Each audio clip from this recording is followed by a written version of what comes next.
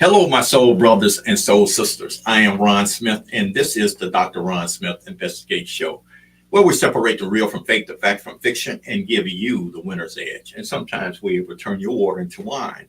We are in season 3, and this is episode number 5. And we're talking about financial lit, as in financial literacy. And I should call it financial fit because we also need to be financially fit also. You know, one of the things that my professor used to tell me that people do not plan to fail, they just fail to plan. And one of the things that if we want to, and I really think we want to be healthy, wealthy, and wise, that's one of the things that Ben Franklin had this adage. And he called it early to bed, early to rise, make a man healthy, wealthy, and wise. And one of the things that, in order to be healthy, you have to have your checkups.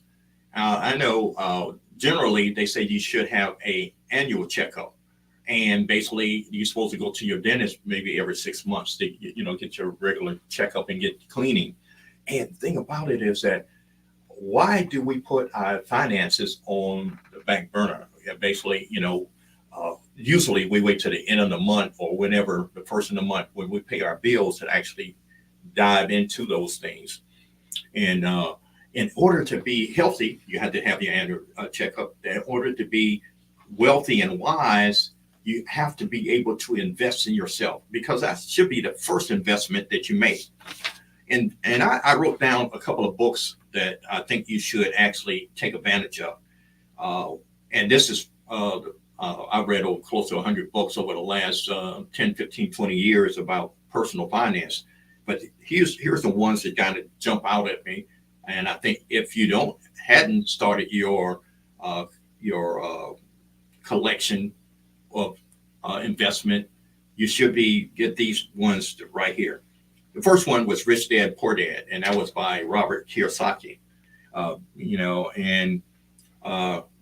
Number 2, Your Money or Your Life, and that's by Vicki Robbins. Number 3, The Millionaire Next Door, which is Thomas Stanley. Number 4, I Would Teach You to Be Rich, and that's Remit Sith. Number 5 is The Richest Man in Babylon, which is a classic, and that's by George S. Clausen. And there's 2, Think and Grow Rich. The first one I read was by Napoleon Hill, but Dennis Kimbro also wrote one, Think and Grow Rich, Black Choice. And number 7 is The Little Book of Common Sense. Now, Rich Dad Poor Dad is very interesting because basically, even though he didn't have 2 dads, he had a guy who he considered a dad. His biological father was a professor, and he was high in education. And basically, he thought being a educator will create the finances that he need. He had another guy that he called the rich dad that basically was a businessman who actually gave him the foundation and told him how actually to accumulate wealth and having a financial background.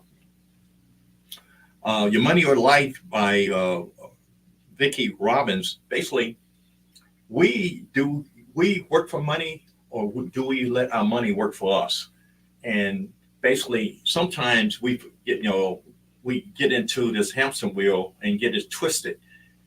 We sometimes choose a career that kind of drives us, and we don't really take time to actually live life. And Millionaire Next Door, it basically talks about there's so many millionaire or people who have wealth who you would never assume because they're not flashy, and they basically they maintain a high standard, but they don't have the ostentations. They don't have the bling bling and all the rings and the chains, et cetera, et cetera. And I Would Teach You to Be Rich, with Seth, and basically he kind of automated a whole lot of things, and he talked about how you should be aggressive when you're in your young part of your career, how you should be in the when you're waning down to get ready to retire, how you should be maybe be more conservative. The richest man in Babylon pretty much uh, stated basically you should pay yourself first and then basically do all those other things. So those things can make you healthy, wealthy, and wise. One of the three things, the three types of people, especially in the United States, you have the rich, you have the middle class, and basically you have the poor. And the difference, I really feel that those three classes of people don't understand the purpose of money. And the poor normally they feel that basically if I get a good job, have a steady income, and I pay my bills, and basically I give my money to someone else. And basically, as long as I get into that cycle, and it's almost to the point where working paycheck to paycheck. Now, poor and the spirit of poverty is two different things. There are people who make six figures who are living paycheck to paycheck. And I gave an example, like when I worked in Manhattan, there are people who are making six figures living in Manhattan, and they're still renting. And because if you know the real estate market in Manhattan is just as bad as it is in San Francisco. So you can actually be a six figure, close to a millionaire, and still rent because the real estate prices are so high. But the whole point is that the middle class, they work to have a great credit score to buy things on credit and actually live like the Joneses, and basically they can be actually living paycheck to paycheck also. But so they work to have the credit scores to buy the things they can't afford. So then you have the wealthy. The main objective for wealthy people is to create a money maternity wards, which means basically their whole objective is to make their money make money, make their money get pregnant so they can have babies. So those are the different mindsets of the purpose of money. And the thing about it is that in order to change your mindset, to influence your habits, that basically you can be more disciplined, is that basically you have to have a strategy and use certain tactics. And the best one that I know is actually called being smart, which means specific, measurable, obtainable, realistic, and time bound, which means that basically specific, you have to have a target goal in mind when you create your plan. And it has to be measurable, which means that basically you have to have qualifiers and you have to have indicators knowing they keep you on track. And attainable, it has to be, it has to be clearly defined and realistically, and it goes back to attainable, which means that it has to be with your available resources, which means that I can dream about driving a Bentley, but if I don't have the Bentley income, that is not realistic.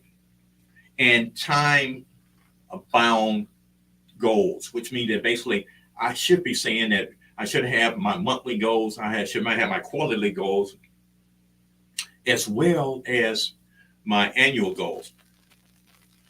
And one of the things I try to do have some goals, and I don't like to use the term quote resolutions, but there are some things that I would like to accomplish. I had some goals this year that I'm still working on. There's some things that I have accomplished, but there's one thing that I'm still haven't achieved yet that might spill over to 2025. But I do have some things written down. So they say you got to have a dream in order to make a dream come true. So what is your financial GPS? You know, in today's times, that even on your phone, in your car, you have a global positioning system. So what is your financial GPS? And I wrote down 5 things that you should have in your financial GPS. Number one, you should have a realistic spending plan, aka also known as a budget. You have to know what your cash flow is. That's the main thing. To me, cash flow in and cash flow out, which means, hey, you have to have a good understanding what your income and your expenses are. And the thing about it is that that can look like several different things. And I've seen different ways to do it. I've seen people say that basically they're going to use 50% on their needs, 30% on some wants, and 20% on something that, investment and saving. The best one that I can actually articulate is the 70-10-10-10. And I kind of break those things out, which means basically on your housing and, groceries, your all those things vital to life, your power, water, etc. Those things that you have to have. The things you want is basically, that wardrobe, that watch, the shoes. By now you probably have a good handle on having the basics of those things, especially if you've been in the work career field for a long time. And 10% should be that. I don't like to use the term emergency fund, and basically, but one of the things that you should be saving money for the incidental fund. And what I mean that the incidental fund is when that tire of your BMW go out, that has to be able something that you can pull that cash to buy that tire that doesn't disrupt your 70% or your 50%. Or, if you own a home, when the hot water heater go out, there has to be a fund that basically you can actually be able to pull from that doesn't, disrupt the other 50% or the 70% category. The next thing is that you spend less. One of the things that and I can confess, when I was employed, when I did get promoted, I had what they call the spending creep, which means that basically when I was driving a smaller vehicle that was still in good shape, I wanted a mid-size vehicle, which means that the spending creep got, increased, where I could have still had that smaller vehicle because it was, economical, gas, mileage, et cetera, but no, I wanted something a little bigger. So I allowed those raises, bonuses, tax refund to be used to increase those things instead of doing number 3, which is get out of debt. Get out of debt. You have to be disciplined. And that's number 3. You have to discipline and create the habit. Now, one of the ways that you could create the habit is have the auto pay, for your mortgage or your rent and your car payment and those large bills. Make sure you put those on auto pay, basically because you want them to be paid on time. As well as number 2 is another thing that I have to learn. Stop using your credit card as a safety net. So I'm sharing all my bad habits with you. So hopefully you will, you can even say, well, Ron, I'm not doing that. At least I ain't bad as you. So hopefully you can say that. But those are the things that actually you have to maintain your discipline to be able to do that. Because if you don't, those things will create financial slavery because you will always owe somebody else. And we're going to continue with the financial GPS after we take this quick break.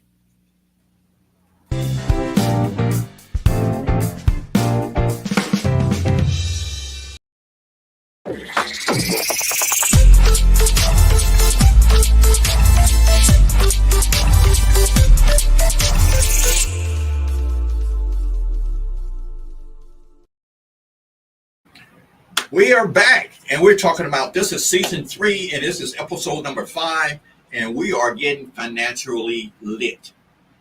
Well, financially literacy. You know, no matches in the studio. And what we're talking about, people don't plan to fail; they just fail to plan. And I was just in the middle of basically having the mindset that, and your mindset influence your action. And I went through how the mindset of rich people, poor people, and wealthy people think. And we're going to talk about the financial GPS. But I got a question from Arthur Dickens. One a good friend of mine. He said, "How should I take advantage of my annuity?" And one of the things about annuity is that annuities is probably one of the best vehicles that you can have during preparing for retirement. Now, there's some pros and cons with annuity, but the pros is basically annuity will provide you, let's say that I want to create additional income on my retirement, which means that basically in your retirement plan, they really said that basically it should be a minimum of 3 legs. And what they say that Social Security, your pension, then you have to have your investment. If you have a minimum of those 3 income streams, you can pretty much weather any type of retirement because those things can actually increase your income. So your third leg in this situation means basically you're using your annuity as part of your portfolio, your retirement portfolio, which basically most insurance companies, you purchase that from an insurance company. And insurance company is probably most one of the, I would say, most shrewdest conglomerate of investment in this nation. And just to give you a little background on this nation is that they have been around from the first time that America was instituted. I can go into my history of America, but I won't do that right now. But annuity has been around over 250 years, is my point. So they're probably one of the most stable investments that you can make. That's the pros of it. So basically, I would say take full advantage, put in as much as possible, so basically you can actually reap the rewards for that. Now, here's the con. The con is that annuities are taxable. So you have to make sure that you let that mature as long as you can, and as well as if you can hold off on Social Security as long as you can, because basically all 3 of those things will affect you tax-wise. So what you don't want to do is create a taxable type situation for yourself too early in life. And I mean that, like after 65 to 70, those are the things that there's some.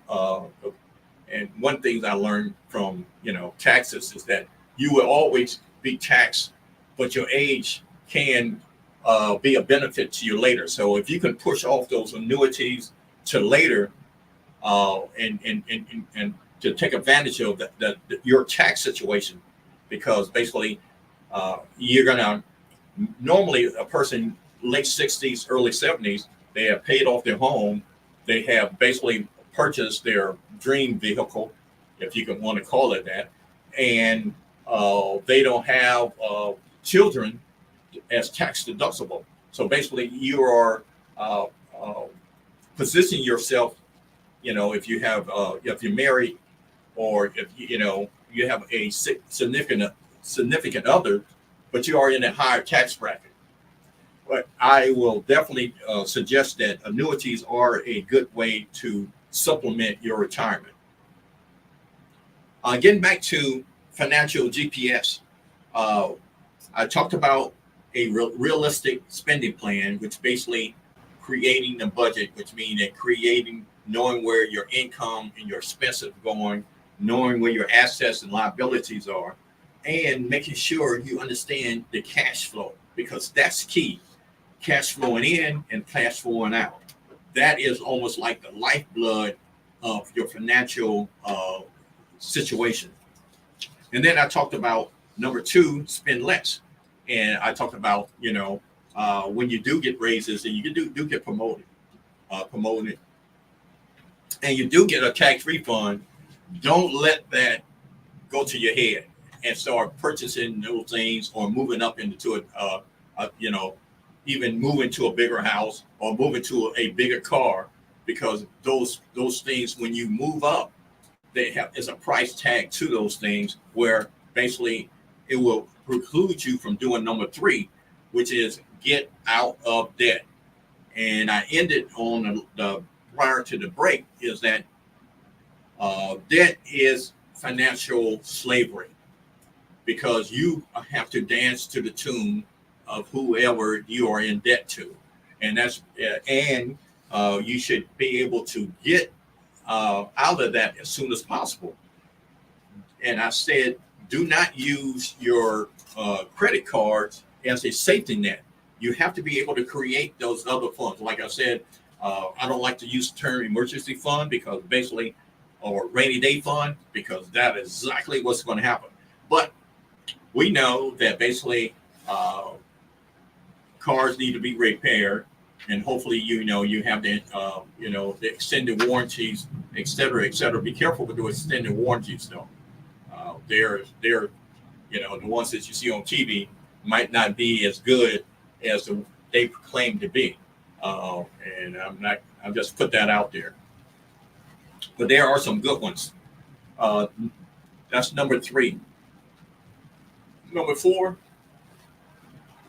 go back to save and investing. One of the things that I mentioned, the richest man in Babylon, is that to pay yourself first. Oftentimes we pay everybody else, the mortgage, we pay the car note, we pay all these other utilities, we buy groceries, we buy clothes, but we forget that the number one investment is you should be making is in yourself. But at the same time, even if it's $50, $100, $500, and I'm not talking about, what I mean by this, put it in a way that basically you can start a savings plan for yourself. And that's one.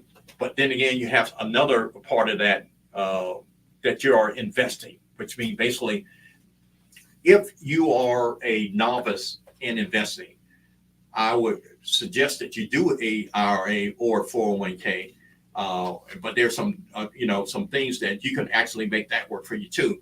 But you have to be careful of what instrument you use, as well as what are the administration fees that they are attached to these financial brokers and financial professionals.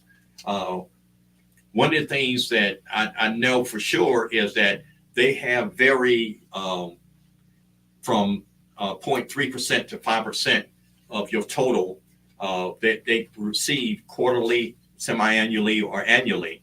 And those things add up over the years. If you think about, let's say, 5% over 20 years, you have actually bought your financial planner a summer house. So be very, very cautious and make sure you understand what those fees are when you get into that. And number five, give generously. And remember, I went from that 70%, 10, 10, 10. That last 10% is, for me personally, I tithe to my church. And basically, I tithe for the simple fact that, scripturally, it should be something I should do as a believer. But that helps me overcome my fear of money, which means basically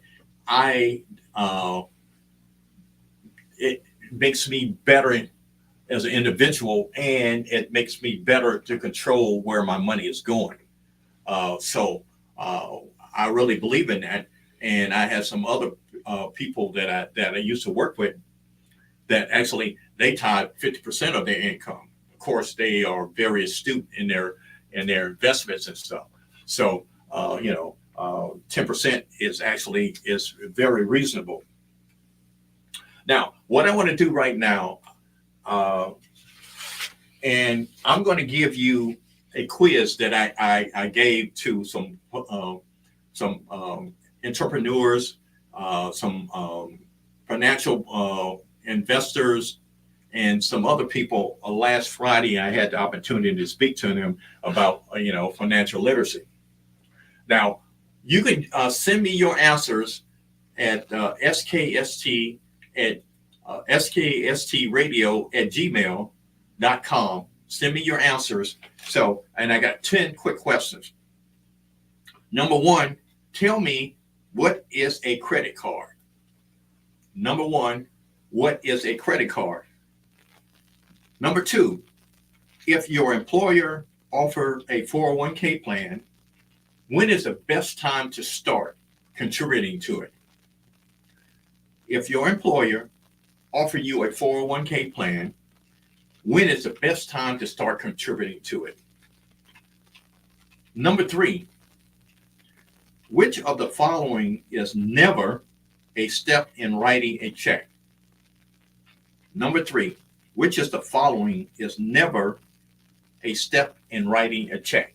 And I know most people say basically it's a digital world right now, but there are certain places and to make sure that you don't have identity theft, there's some reason in places that you should write a check. Okay. Number four, what is not in your credit report? What is not in your credit report? Number five, what is a good way for a teenager to build credit? What is a good way for a teenager to build credit? Number six, what percentage of your income do some experts recommend to be spent on housing? What percentage of your income do some experts recommend to be spent on housing? Number seven, which of the following is true about overdraft protection? Or what is true about overdraft protection? What is true regarding overdraft protection? Number eight, what does experts say is good debt? Give me an example of what is good debt. Number nine, what is the difference between a subsidized student loan and an unsubsidized student loan? What is the difference between a subsidized student loan and an unsubsidized student loan? And number five, what best describes a money market account? What best describes a money market account? And I gave that test and last Friday, and believe it or not, the average score was 70 and above, which means that basically there is a lot of financial information, and there's a lot of people are taking advantage of financial information. And the thing about it, I want you to be one of those people who are taking control of their realistic spending plan. They are spending less, they're getting out of debt, and they're saving and investing, and they're giving generously. And that is right now the end of this session of financial literacy. And the thing about it is that now we have enough information that we can talk to our children and make sure that they are financial literate. And that's the key to helping the next generation to be, in control and have the proper mindset. So basically, they can have the wealth mindset, and basically they can start reading the book lists that we have, and basically they have their financial GPS in order. That is the end of episode number 5, Financial Lit. I thank you for my time is up, and I thank you for yours.